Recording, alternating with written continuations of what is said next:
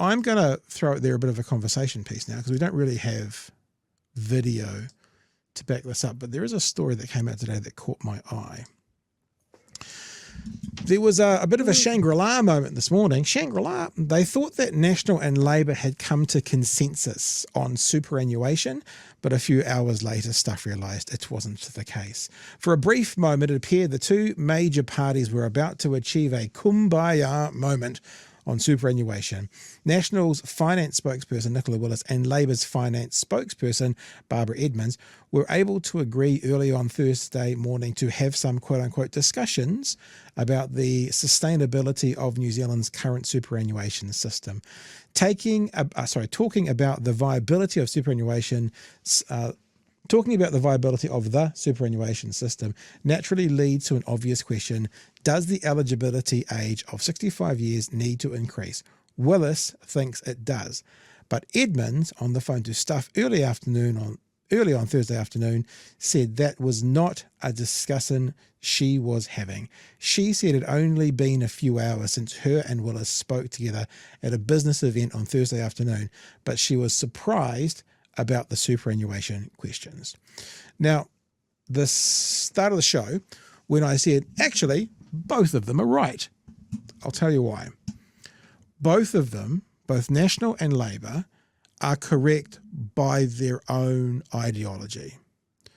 Which means they're not both right in my opinion, but National wants lower taxes, less bureaucracy, and for them to lower taxes means there's lower money in the coffers to pay people on a pension.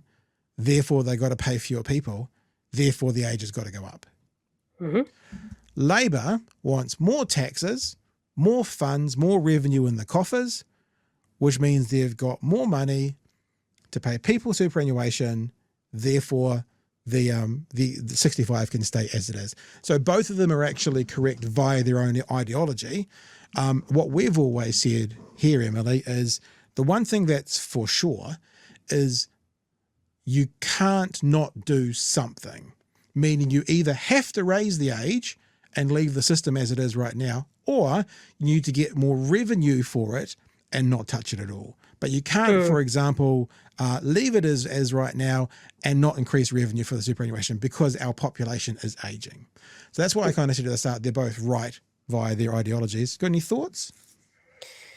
Well, I looked into it actually because I was quite curious to see, obviously I'm very far away from all this, so, But Thanks. I'm all for. Cheers. Sorry, I got a wee bit to go. Yeah, I get into my wheelchair after the show and get myself up the stairs. Yeah, sorry.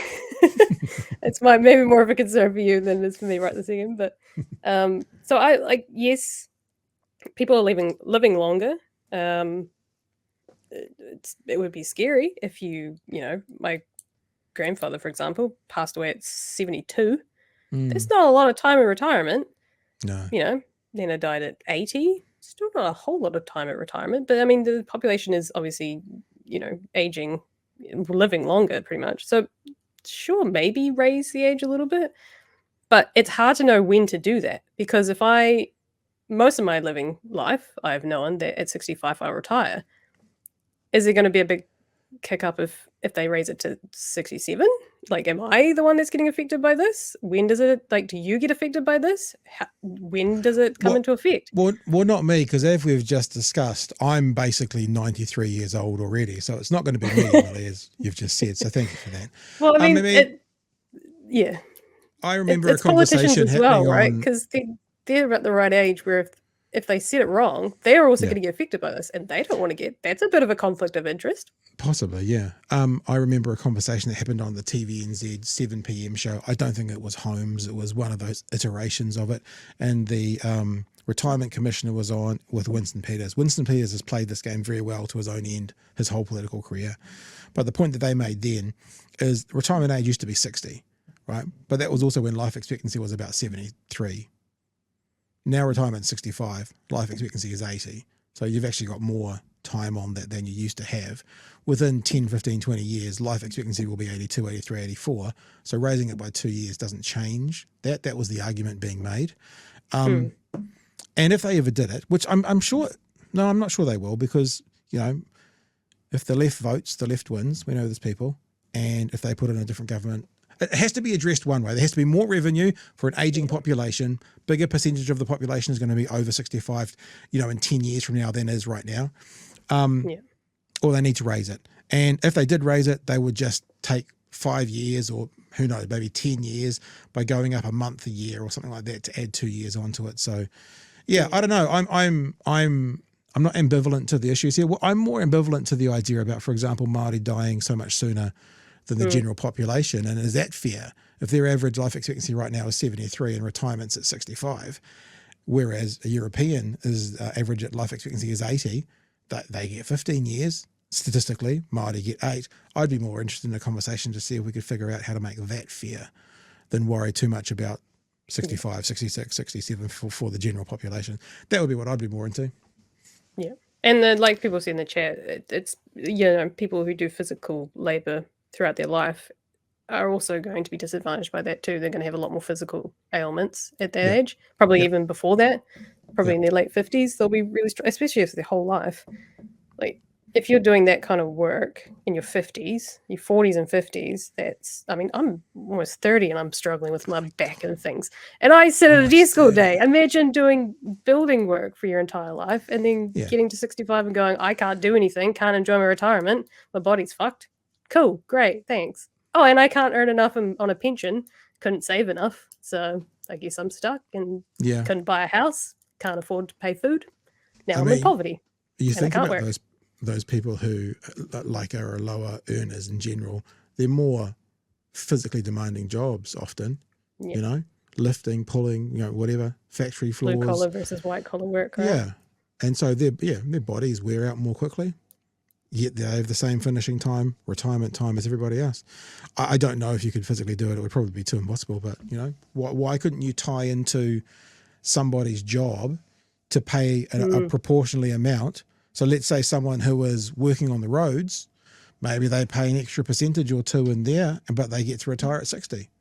Well, I don't know. I mean, honestly, even to me, it sounds sort of an absolute minefield, because I do know in this, it's different today from what life was like, 50 years ago, whereas 50 years ago, you got a job and you stayed in that job for your whole life. People apparently change careers like 7 times now.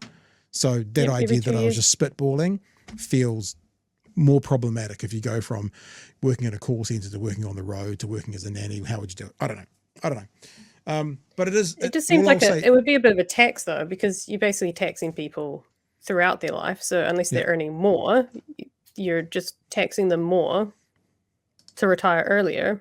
Whereas if they've got people selling their houses, maybe their money could go back to them and then back into the pension system. We wouldn't have a problem. There you go. There's the answer. And yes, Mark, you just watched me in real time figure out that was too complicated. But thanks for the heads up. All right. Couple of super chats. Sam, thank you for the super chat. Apparently the National Party has never heard the adage measure twice, cut once. I think they measure once, cut twice, aren't they? I mean, the cuts that are happening at the moment, more like measure once, cut 10. I think that's probably more the National Party.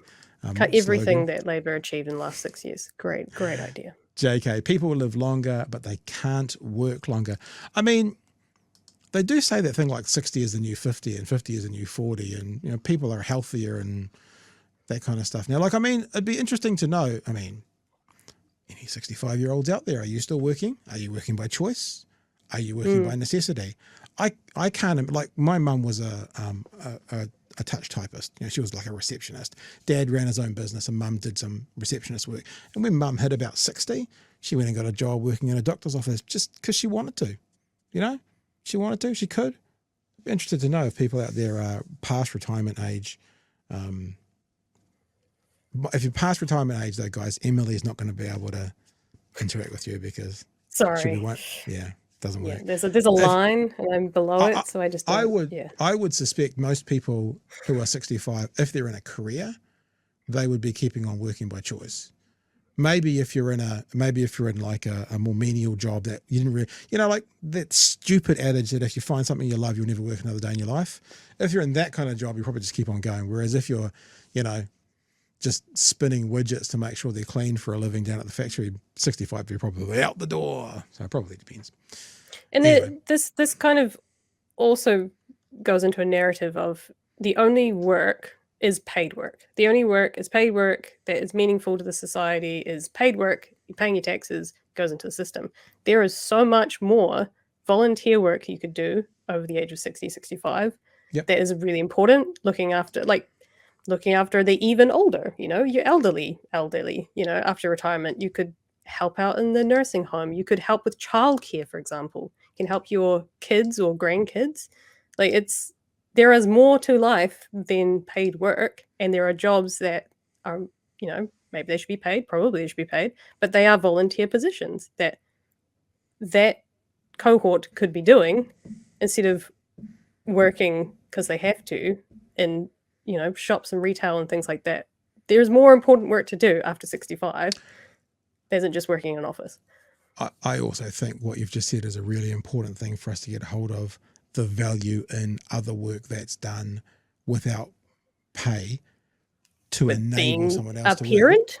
Yeah. Well, so I mean, I've got several friends who have gone through divorces who are women, and their ex-husband has tried to screw them down for every single cent because he's like, well, I've been the one going out working and I've earned all the money and I paid all the bills.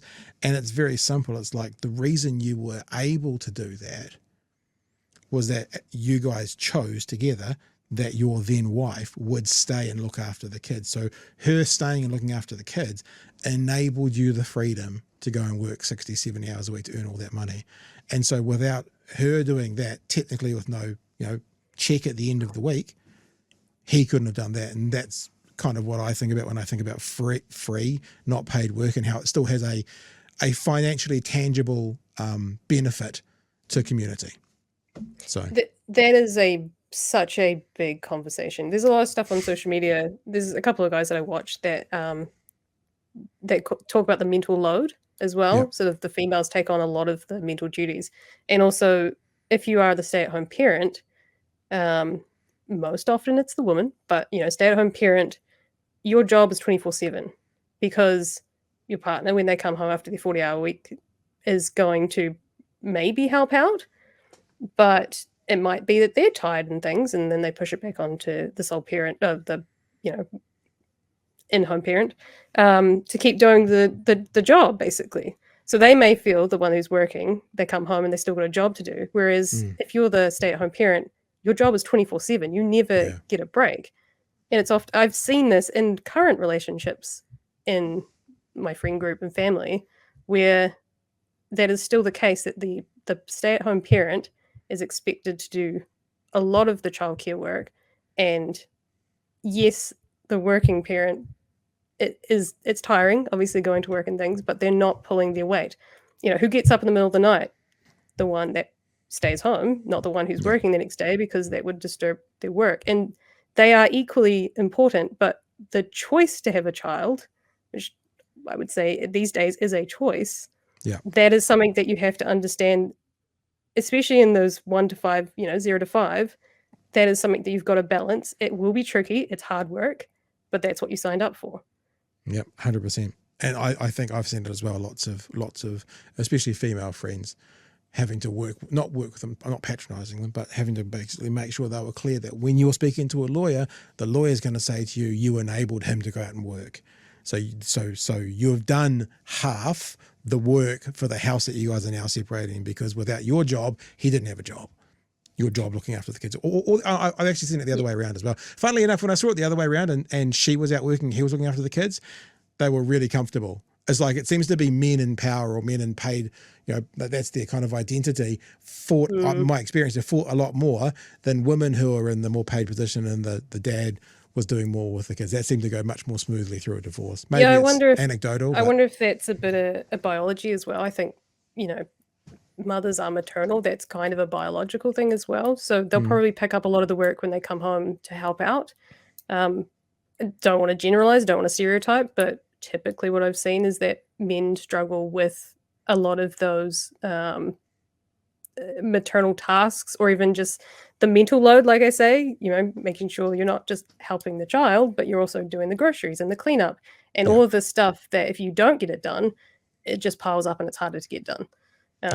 The other thing I was going to say as well is that if you are the stay-at-home parent and you're not working, you're also disadvantaged by things like KiwiSaver. Because if you're not working, you're not putting into your KiwiSaver.